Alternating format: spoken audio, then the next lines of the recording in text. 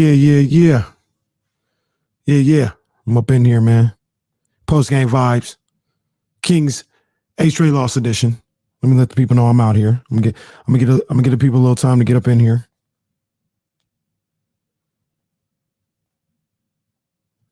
Let me let them know what time it is. Get up in here. Let me know what you think. Kings lose. Kings lose. What was the final score? 127-118. Not gonna get it done. We're gonna talk about it though. Give me a second.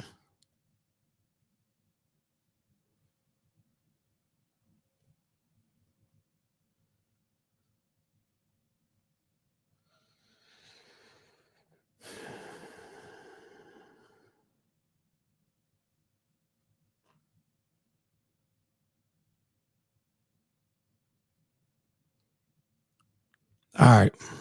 I'm just letting the people know. All right, we up in here now. Nets 127. Kings 118. 8th straight loss for the Sacramento Kings. Tough pill to swallow, man. Tough pill to swallow. They had the starting lineup back. They had everybody back. But it still didn't matter. But, I mean, this is the Brooklyn Nets. It's the best team in basketball, in my opinion, as of right now. Either them or Utah. And it was a uphill battle regardless. Going over some of these numbers here. De'Aaron Fox, 27 points, 8 assists on the night. That's coupled pretty well with Tyrese Halliburton. What a night from him. 23 points, 9 assists, 5 rebounds on the night. He was phenomenal. Rashawn Holmes was great. 18 points, 11 rebounds. Not sure why he came out at the end of the game. Not sure what that was all about. As much as, you guys know I root for Marvin Bagley, 12 and 10 on the night. I probably would have kept Rashawn in there. Not sure why Marvin came in for Rashawn. Harrison Barnes, 18 points, only 3 rebounds, but 18 points, 7 11 from the field. He had a good game. Welcome sight to see Harrison Barnes back. Let's see. James Harden was crazy today. James Harden lost his mind. 29 points, 14 assists, and 11 rebounds. He was crazy. Did I read that right? Oh, my goodness. I knew he was balling, but Bruce Brown, 29 points, 11 of 13 from the field. Wow. Bruce Brown with 29 points. Are you kidding me? That cannot happen. Kyrie Irving, he only had 21 after having 14 in the first quarter. Only ended up with 21, but it didn't matter when Bruce Brown goes for 29. 29 for Bruce Brown. That don't make no damn sense.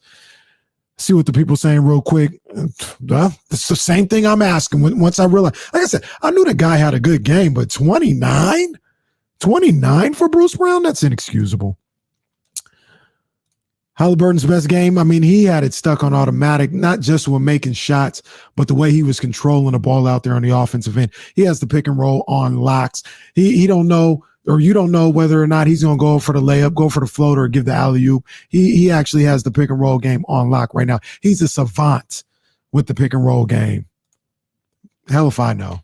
I don't know.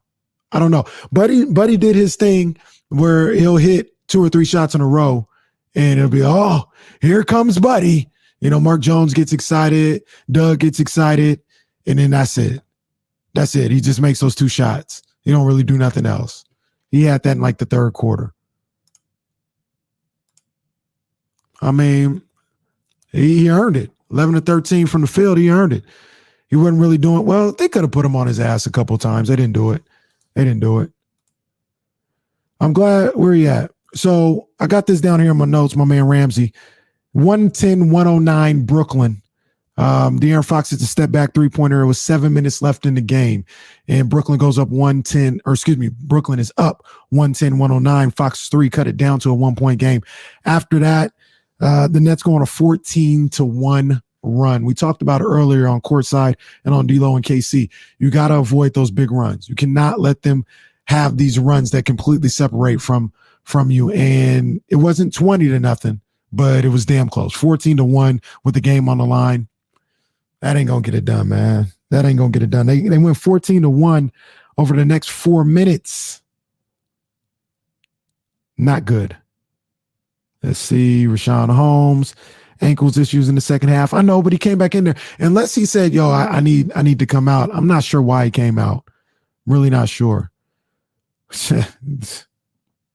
Where are we at? Kenny Atkins, please save us. Yeah, relax. Relax, Leezy. Come on now. Oh, there's another one.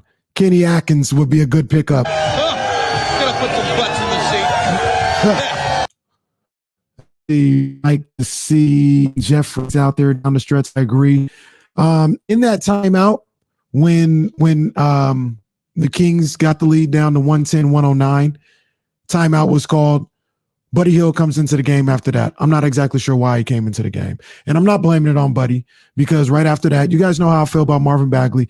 Marvin came out there, shot an air ball of a three. I don't think it was then. I think it was when it was 116-109. He shot the air ball, but he didn't do anything necessarily bad on the offensive end, but he didn't do anything, period. But I just don't know why he came into the game. You just got the lead down to 1 with De'Aaron Fox's three-pointer. If you want to get Kojo out of there, I understand, but you don't want to do that for a non-defensive player. James Harden, his eyes lit up when he saw Buddy Hield back out there. They start working him in the pick and roll.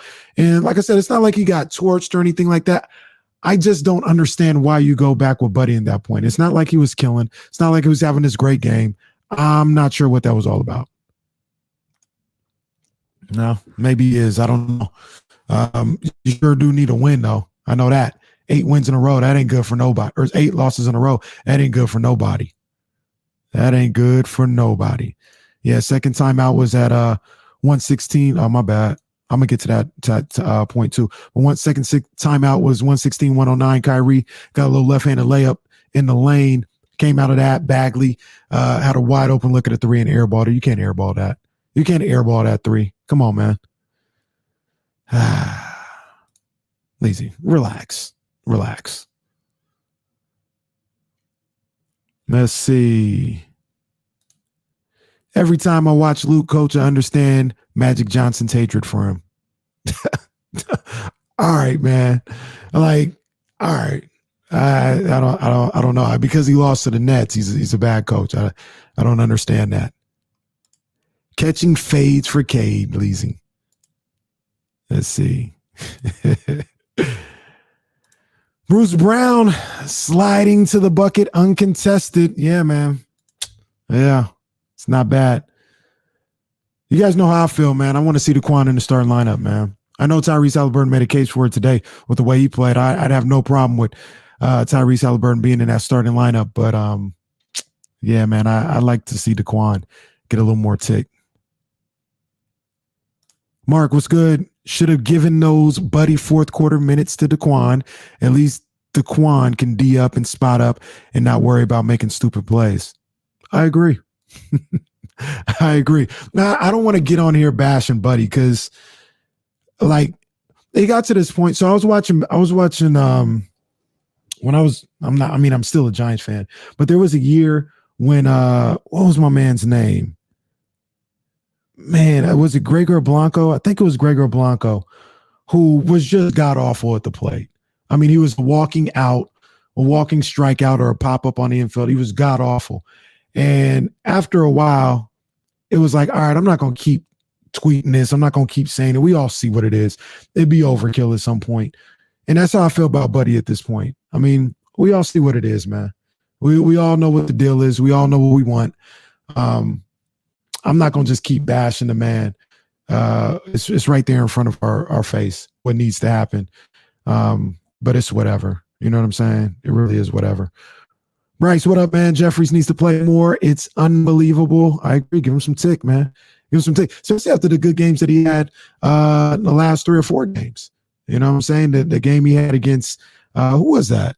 Miami in the second half when he played well against them, played well against Milwaukee. I feel like he's earned more time out there.